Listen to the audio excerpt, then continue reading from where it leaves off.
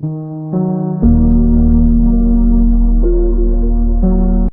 guys, White Witch 110 here.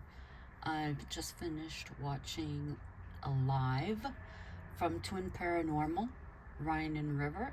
It's their birthday today. They're on holiday with the family. So their mom, their sister, their niece, Blake, their friend was there. That's Milrose. He goes under. And of course Wyatt. And they had a couple of friends from Canada there.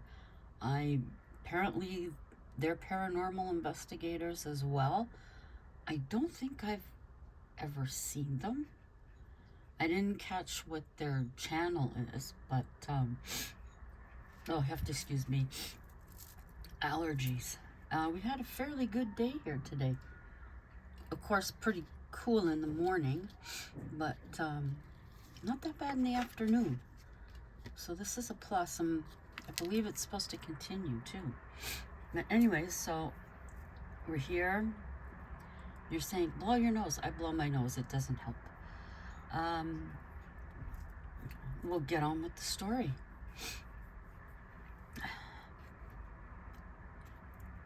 Wait a minute. Why is he doing that?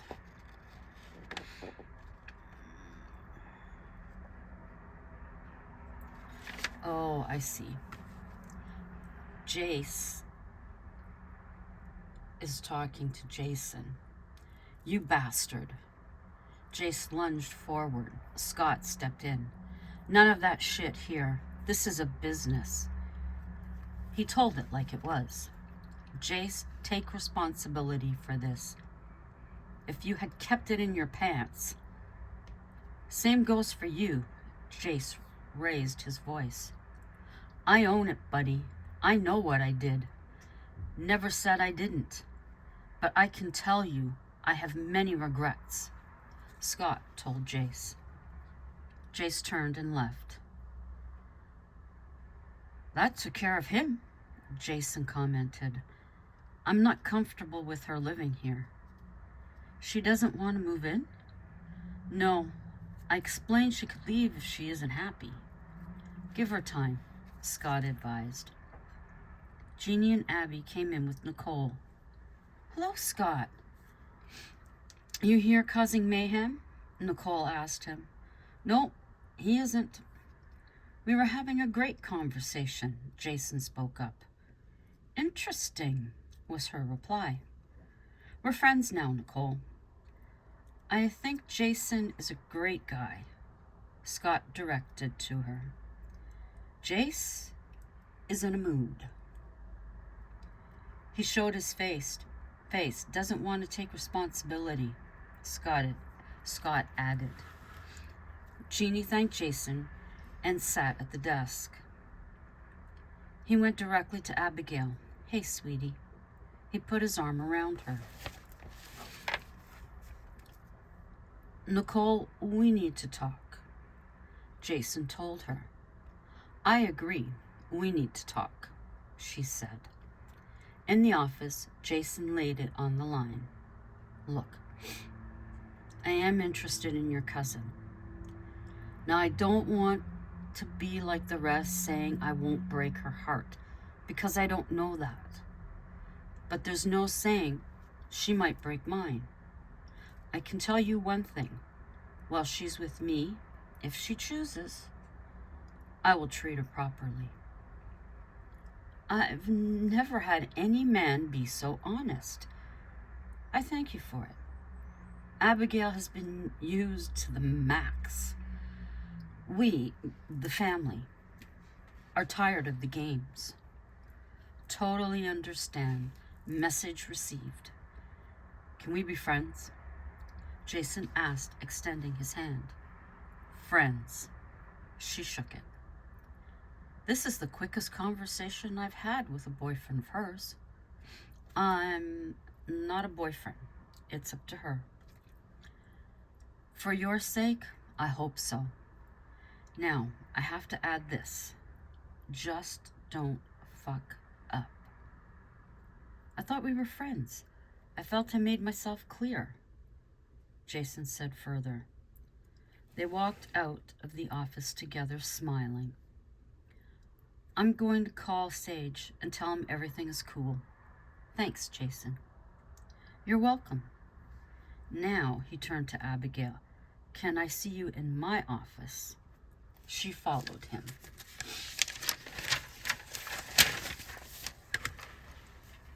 Things went well? She asked. Yes, very well. Now with you, I'm not sure. Abby felt her gut drop. What? She prepared herself for the letdown. Where do we stand? He was straightforward. Where would you like it to? That's not what I asked. Where do you want it to? Abigail took a deep breath, then exhaled. Part of me wants to be your girlfriend. Another part only wants friendship. And the benefit? She blushed. Yes, I do enjoy your benefits. All right, but understand, if I do get a girlfriend, there can't be any benefits anymore. She sat, letting his words sink in. Did she want to take a chance? She wasn't in love with him. You're not going to like my answer. At this moment, I need to take that chance. It's not because... She stopped. I need some time. If it's too much for you, I understand. Listen, Jason, I do care about you. You're a great friend, an amazing lover. But not boyfriend material. I didn't say that. Yeah, you have, but in different words, he pointed out. So now you're going to tell me it's over. No, he took her hands. I'm not those other guys. You'll learn that. I'm sticking around. She kissed him. This could be one hell of a ride. He smiled, then kissed her back. So, are you staying at my place or here? When you leave, I'll give you the answer, she told him. Why not now? He pulled her in between his legs while he was sitting on the desk. That split second, I'll make up my mind. He took her as it is, as long as there was a decision by day's end. Abigail spent time filling paperwork and returning calls. Jeannie was calling it a day. Are you staying at our place? I don't know. She threw her pen down and her head in her hands. Abby, what do you want? You need to think. Oh, Jeannie, I don't know what to do. Part of me thinks I should give Jason another chance. On the other hand, I want a chance with Jason. I'm attracted to them both. Do you want my opinion? She waited a second. I'm giving it. Yes, you are very much attracted to Jace. I've seen you with Jason. There's something between you.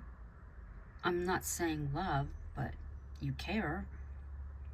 Abigail, Jason really wants to be a part of your life. Give him a chance. You want me out that bad? No, just give him a chance. Just then, Brent hobbled through the door with Jason. Jason, we were just talking about you. Jeannie informed him. I hope it was good, he said. I stuck up for you. Jeannie put her hand on his shoulder. I'll leave you to it. She winked at Abby. Jason stayed a distance away. How was your day?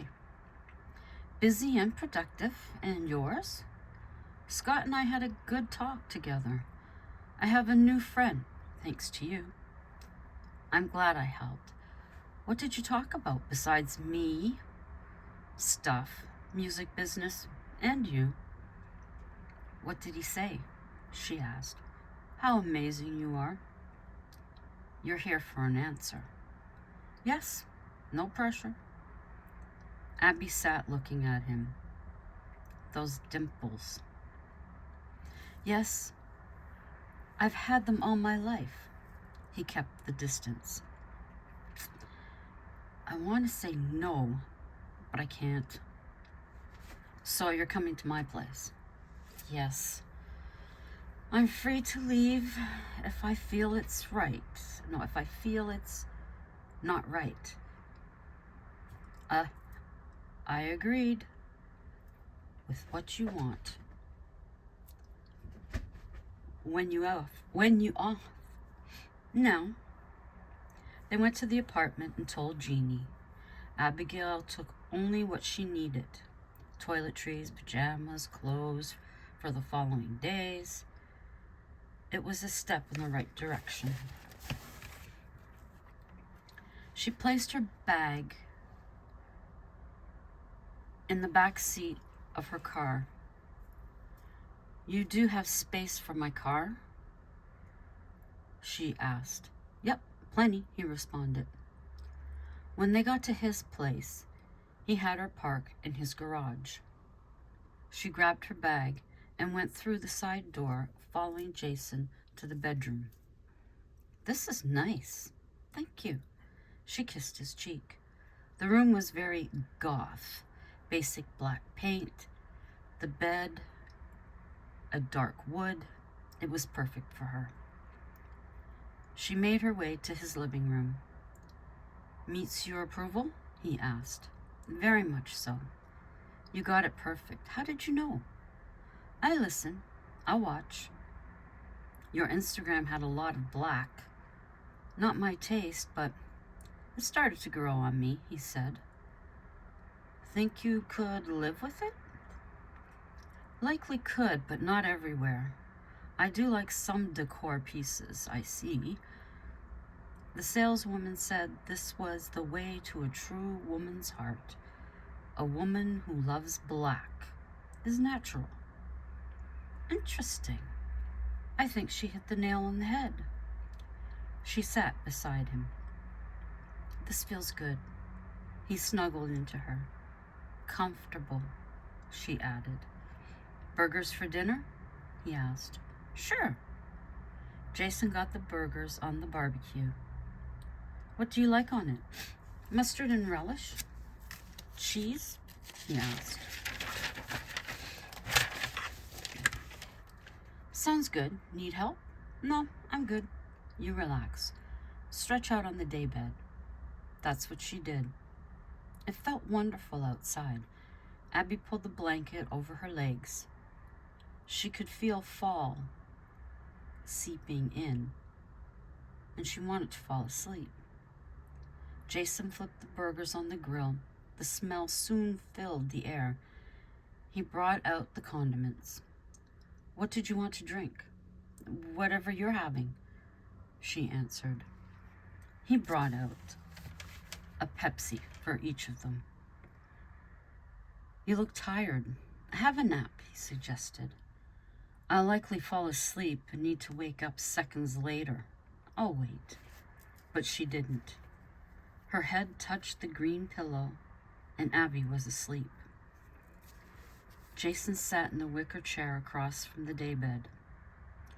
You are so sweet. I think I'm falling for you. He flipped the burgers and added cheese. He touched her shoulder. Abby, wake up. Her eyes slowly opened. Okay.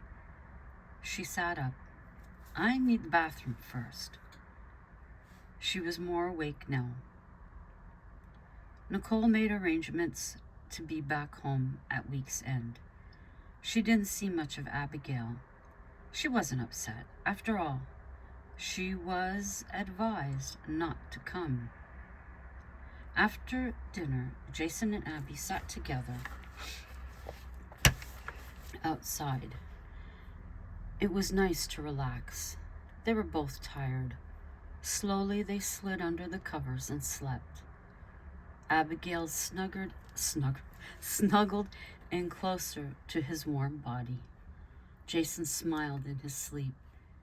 He wanted to be there for her. She was growing on him.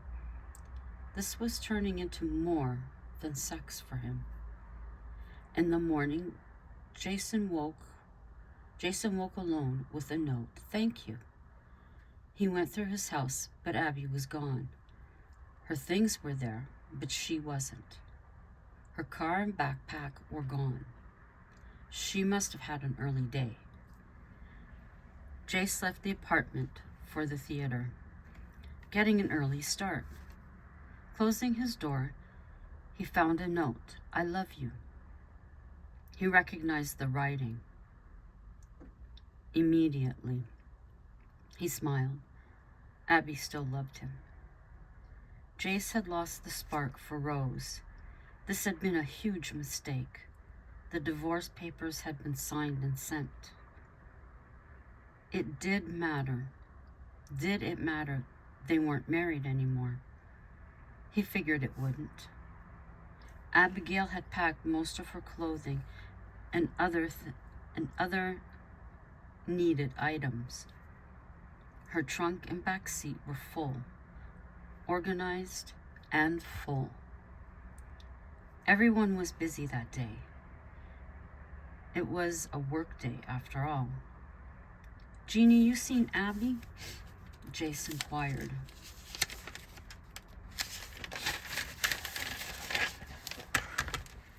No, why? She left this note on the apartment door. Jeannie took a look. That's her handwriting. She offered no help. She's likely shopping. By evening, Jason was at the mansion again. Abby wasn't home. I haven't heard from her. I'm worried. She's done this before, so don't worry. I know she won't be in Toronto. She's around somewhere. She's likely thinking over things. Jeannie pushed it off. Abigail had taken a day to drive 6 hours to her father's place. She never had the heart to sell it. She had hired a couple to care for the small house. She had called ahead to alert them to her visit. Hello, Abigail. The woman hugged her when she arrived. It's been way too long. Yes, I'll be here for a while. I'll let you know when I leave, but it will be a while. I have things to think about. Turning the key, memories of her father flooded her mind. That one time Scott came up. Abby settled in. Personal items away, groceries away. She poured a glass of wine. On the coffee table before her spread photos. 1, Sage. 2, Scott. 3, Jace. 4, Jason. She placed each in a dollar store frame. She gave a toast to each of them. She took up Sage's photo and placed it on the mantel. He was family. Abby tended to the fireplace. There was a slight chill in the room. As was her habit, she closed the curtains and locked the door. She wrote in a notebook her love for each man. Scott, talented, sexy, loving, strong, creative. Jace, sexy, talented, strong, caring, passionate, innovative.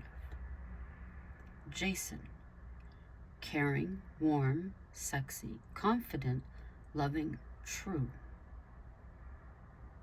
There were some attributes the same. Abby noted not one description mentioned looks. It is never for the appearance. It has always been for the inside.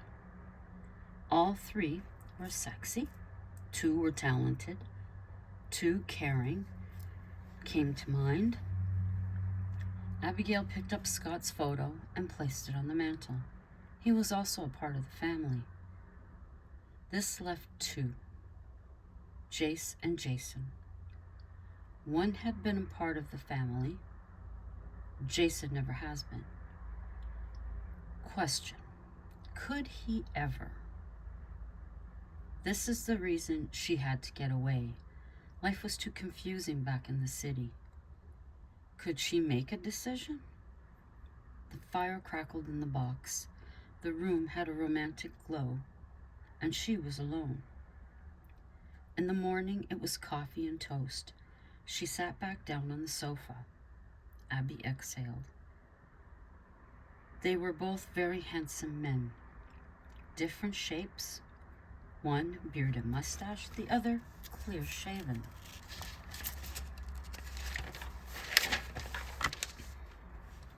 One younger, the other her age. Both have jobs in regards to music. She has worked with both of them. She has gone to bed with both of them. Each man a satisfaction in his own right. How did she feel when she looked at them? Jace, warm, protective, handsome, cute, wonderful smile, hugs, happy, gorgeous body, romantic. Jason, sexy, satisfying, serious attraction, gorgeous body, gentle touch, compassionate, sly smile, welcoming eyes, romantic eyes, easy voice. Jace is younger. I love him. I feel out of place. I want to be close to him. I'm proud of him. What did she think when with Jason? I want to be with him. I want to listen to him. I want to cuddle with him on the back porch. Sit together inside by the fireplace, watching television. His handsome face, easy eyes, his lips to kiss. I need to touch him. Abigail went for walks. She drove to the seashore. A week and no word from her. She had left her phone on the dresser at Jason's. He was concerned and went by the mansion. Hey, Jeannie, you heard anything? I found her phone at my place. Nothing. She's done this before. When things get too much, she was gone for a month. Do you have any idea where she would be? I'm not comfortable with this, her alone, without a phone. Jason kept his voice calm. She's not in Toronto, that's all I know. It was upsetting him. Jeannie was so lax. Does Jace know where she might be? He's in the theater. Jason went on along the hall. He opened the door to Jace. You have any idea where she is? No. I didn't the last time either. She'll come home when she's ready. There was no sense asking here. He went back to his place. He fiddled with her phone. Why didn't you take it? He wondered. At the mansion. Jace, do you know where she is? Jeannie asked. No clue. Remember, we're divorced. Let's not get into that, please. Jason said she didn't take her phone. Jeannie felt slightly worried. I really don't know. Call Nicole, Jace suggested. No, that's the last thing I need to do. She just left. As days passed, Jason was losing patience. He finally called Nicole. Hi, Jason, what's up? Your cousin has been gone for over a week. No one here seems bothered. Oops. I can't get the pages apart.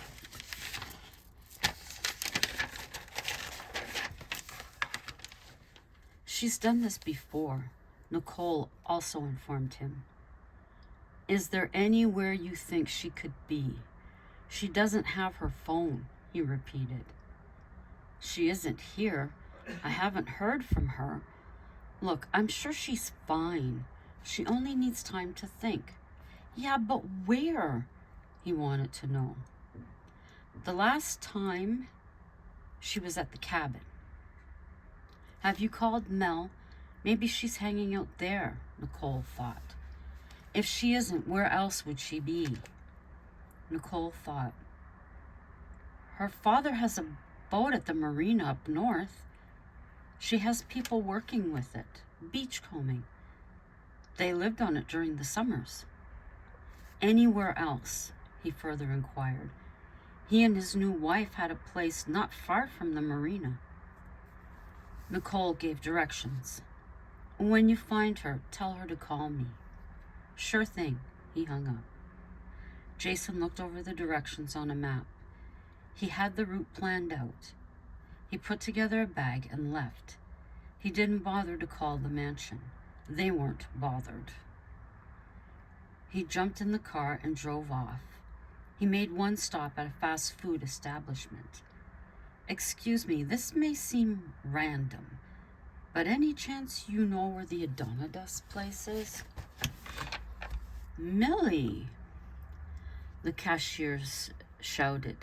This gentleman would like to know where Nick's place is. Why do you want to know? Millie inquired. I'm looking for his daughter. I was told she was there, he answered. And what is her name? Millie questioned. Abigail. The women looked at each other.